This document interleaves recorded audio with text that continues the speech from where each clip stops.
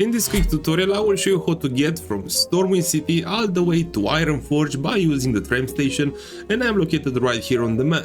So you have to enter this portal, which you'll find right here in Stormwind, and this will teleport you to the Deeprun Tram, and now you'll have just to wait for the train station to arrive. And the name of the game is World of Warcraft Wrath of the Lich King, or also known as WoTLK. I'll get back to you once this will be here.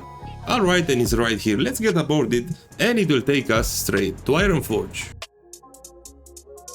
Alright, and we arrive right now. Let's get out of this tram. And if you get right here through this portal, you will see that we just arrived in Ironforge, and this is a quick way to how to arrive here very fast. So now let's get through this portal, and now if we open our map, we can see that we are located in Ironforge, right here in Eastern Kingdoms, and we started our journey from Elwyn Forest, from Stormwind, right here at the Dwarven district.